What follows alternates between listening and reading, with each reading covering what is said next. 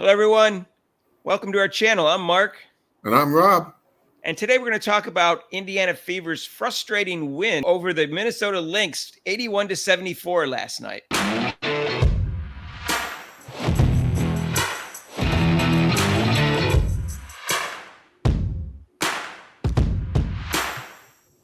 Hey, if you haven't subscribed yet, please do so and hit that notification bell when you do so you get notified of our next videos. Rob, another confounding win by the Indiana Fever. And I don't know, the coach is delusional. And I'm in shock. The fact that they abandoned their fast-paced offense and wanted to slow it down, and then takes Caitlin Clark out of the game halfway through, as if to say, "Hey, no, you can't go that fast. We're going to go and do dinosaur ball," even though it didn't work for us well before. It seems like, Mark, that the Ferrari was stuck in first gear. It could have been. I mean, it was in reverse, Rob, because they went backwards. Seriously, it was in reverse. I don't, Rob, I don't understand what happened. It's almost like she said, "All right, well, I'm friends with this coach," or something like that. And I know this coach hates you, and I don't want to see you embarrass this coach by playing your best. So I'm going to hold you back this particular game.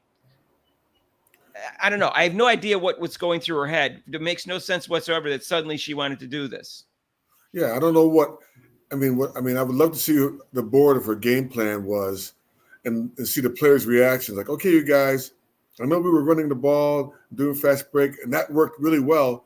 But today, I want you to slow it down and go back to where we do the dinosaur basketball. I'd love to see the reaction on the players' faces. I suspect if she was telling them this in the locker room, they were probably in a state of shock. Their mouths must have been wide open because it made no sense to them. And Rob, they all seem off because they weren't sure what to play because they've been used to playing this fast-paced game for most time, and their half-court offense isn't any good anyways, even if they weren't confused. So it was really ugly. People couldn't make open shots on both teams. Yeah, it was pretty brutal. It was brutal. But it was one of the. But the pace. I mean, this was a perfect game to keep the pace going because their shooting was awful. So why not just get the ball and go? Have more opportunities for layups. When the game started, I said Caitlin Clark's energy level was off, and then when she got pulled out, I wasn't sure whether she was sick or something, or whether the coach was holding her back energy-wise. Like I said, I can't get in a coach's mind. I've coached against other teams like that where I'm playing against them, and I'm like, why is this coach doing this? Don't they see what my team is doing to them? And I'm like, oh, okay, fine. But she just, I don't know. Like you said, maybe because she's friends with the coach for the Lynx, and she's in with. We don't want to do conspiracy things, but this seems like it. It's like a conspiracy to not succeed. I want to make this 100% clear. I am an anti-conspiracy person, but yet this league makes me want to be a conspiracy person. And it's bothering me that I have to be a conspiracy person because it just seems that way. And it's totally illogical to me. And so it bothers me that this is taking place in this league. But I have no idea whether she's friends with this woman. But she knows that this woman doesn't like Clark. She knows Clark wanted to put on a good show because she kept her off in the Olympic team. And it's almost like she was saying, "No, I'm not going to let Clark go off on her." So essentially what happened was in the fourth quarter, the whole team says, "We're down by 7. This is not working. F the coach. We're going to play the style that made us successful the last, 10, 12 games." And they did, and they took over. You know what I mean? And Boston had a great game, but Hall was great again in the fourth quarter. And, I don't know what to say. This coach, they'd have easily 5 more victories, and they should be 16-9. There's all 5 close games they lost. They could have won if they had a different. Yeah, I like the effect. Like I said last time with the other game, they must have huddled together and said, "Screw this, let's go out there and play the game." And whatever she does, she's gonna take me out of the game anyway if I don't do this. But I want to win this game. We're gonna play the way we want to play, and let's just block her out. And if she does something wrong, people will be like, "What are you doing?" It'll be very obvious. So yeah, I like that. Sometimes you have. I have to say, I've been on a team where we actually did do that. We just said, forget that coach. We're not going to follow coaches. We just did our own thing. They're going to have to if they're going to win. The only reason they were able to win this game yesterday is that the best player in the other team wasn't playing. Yeah. Collier wasn't playing. This would have never worked with Collier playing. No. So you got to take advantage of it. One of the top 3 or 4 players in the league. You got to take advantage of it. You know. And if it wasn't for Boston, they would have lost this game because she kept him in the game the first half. She had a double-double in the first half. Angel Reese is bragging about double-doubles in the whole game. She did it in the first half. She ended up getting 17 points, Rob, but she had 16 rebounds, 2 assists, 4 blocks, and she was 8 for 11. Boston was unbelievable last night. Yeah, she was. She's the reason they won the game. Mm-hmm. And Clark had a nice fourth quarter, and she was probably so confused the whole game, whether to go fast or go slow. She seemed totally off mentally. She didn't shoot well, and I don't know if that was she was off mentally because of that, or her legs and mentally she's tired from all of this or not. But Samuelson played a pretty good game, though, even though she only scored 8 points. But she was hustling on defense. She seems to be playing better by the game. She had 4 assists, 2 steals, Rob, 3 for 6. Smith, I don't know what happened. She got benched, Rob. So 11 points. She only had 2 rebounds, and she only played 23 minutes. She wasn't in the fourth quarter. Yeah. And then Mitchell had this unbelievable block at the end of the game, which was the play of the game. Yes, it was. Great. Unbelievable. And she even had 3 assists. Yeah. Mark the defense. They outscored the Lynx 28-14. They only let the Lynx score 14 points in the fourth quarter. So their defense, they actually played. I was sitting there like, oh, they're playing defense. And then that block by Mitchell, got me up out of my seat. I was like, very nice. I was like, wow, that was the key of the game. Hall played great defense against, but she's got to learn to make a jump shot, Rob. She's 1 for 6. Really, because you want to start her. And you want to play her 35 minutes because her defense is so good, but she's got to learn to make a jump shot. Yeah. She's been playing long enough to establish a jump shot. Look at how athletic she is. Mm-hmm. There's no excuse for her jump shooting to be so poor. Yeah, it's right around the free throw area. It's right in the key areas too, right? Right around the free throw area and the wing. But there was this. She did make a great cut with one of the best passes I've ever seen in my life. This is the second game in a row that Caitlin Clark made one of the best passes I've ever seen in my life, and that's 55 years of watching basketball. Caitlin Clark had pulled up her dribble, and Lexi Hall cut from the right-hand side to underneath the basket, and she passed it past her woman. It was just perfectly timed. I'm sure you've all seen it. Just unbelievable pass, Rob. It's just right. No one else can make that pass in women's basketball. Right. It was fantastic. I was like, whoa. What? I must have said about 3 or 4 times. Rob, I swear I could watch 5 games of Caitlin Clark, and I would have more highlights in those 5 games than all the highlights that Sue Bird had in her entire career in terms of great passes. That's how good a passer she is, and nothing against Sue Bird. And that's why, with this debate with Rookie of the Year, to make an assist like that. There's a debate. Yeah, I know. There is a debate, unfortunately. Stop it, Rob. There is no debate. It's overly woke media and black female members who are all saying, well, we got to support Angel Reese because she's black. That's all that's happening. Yeah. There's no debate.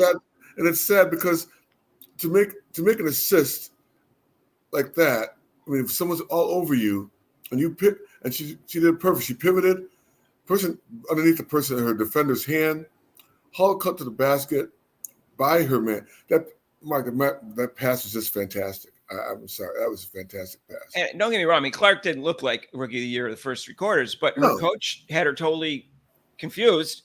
And and then in the fourth quarter, though, she took over along with other players. She didn't do it all herself. But then she hits a big 3. She couldn't buy a shot, and then she hits a big 3. She's a clutch player. In fact, they showed that she has her and Mitchell have the most 3rd and 4th in the league in clutch scoring. Mm-hmm. So I don't know what to say, Rob, but this coach has got to go. Like she has to go like 15 games ago, and she's still here. And I don't think they're getting rid of her this year, unless the owner fires the GM and the coach at the same time. That would be nice. So and she brought Wheeler in for Clark. And, Wheeler was 0 for 3, didn't score. They brought Dantas in for 5 minutes, and she's fine if they want to slow it down, but she just doesn't look mobile enough, Rob. No, she's in game shape. No. She scored 5 points. She hit some shots for them, and she's not shooting poorly for them. But I think when Timmy comes back, it'll change. It'll change a lot more for the Fever. Well, obviously they can run better with Timmy. Look they're doing this fast-paced offense without their best fast-paced player. Right. Timmy, exactly. Other than obviously Clark, the point guard. And imagine when she comes back and she's healthy. Right. I mean, she has Mitchell. When Clark gets the rebound, Mitchell's taking off because she knows. I mean, like the last game with the Liberty, she's taking off and she's going down the court. And then, Clark threw it to her near the end of the quarter, and it bounced right in front of her again, and she just let it go out of bounds. Yeah. I was like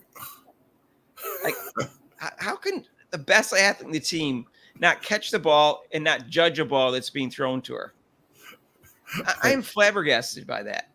But she did get some assists, but there's other times where she gets the ball, Rob, and she doesn't even notice there's 4 other teammates on the court with her when she gets the ball. The only thing she's looking at is the basket. Oh yeah, she has once she gets the ball, she has like blinders on, or we used to call those players we get the ball to them with the black hole, because you're not going to see it again once she gets it. Yeah, I maintain you just give it to her at the end of the shot clock and that's it. Someone in the comments called her a baller. I go, she's a half a baller.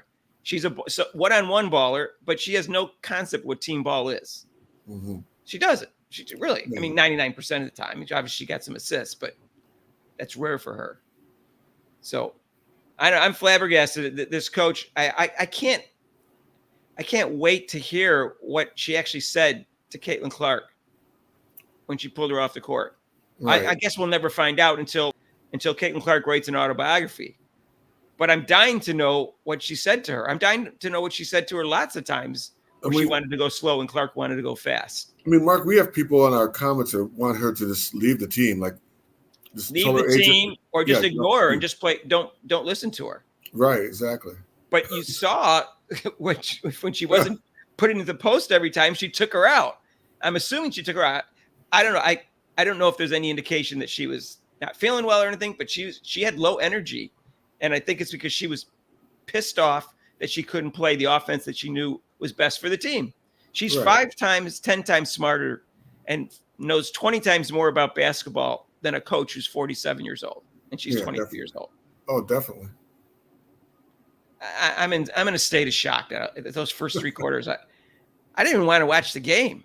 It was really ugly. I was like, oh my goodness. This is why people don't watch the WNBA. This is the main reason why. I'm like, this is very ugly.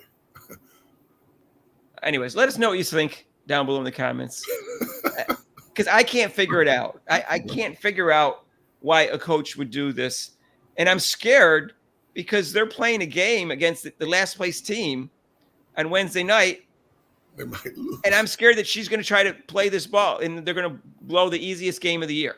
It's like they get against Washington. Yeah. Because they can go out and be 12-14 into the Olympic break. It's better than people might expect it.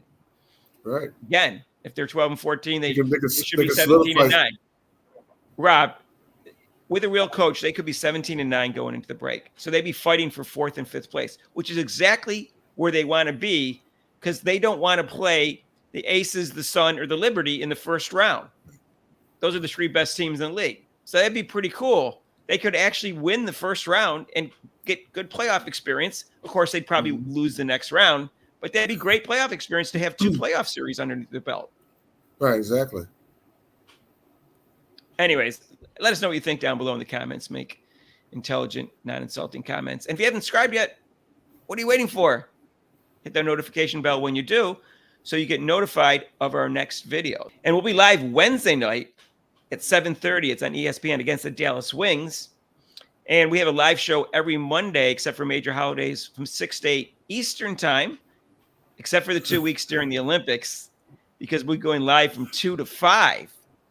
And that's because it's prime time in Paris, and that's when the marquee events are. So join us for that. And if you like this video, hit the notification bell, and we'll see you in the next video. All right. Peace out.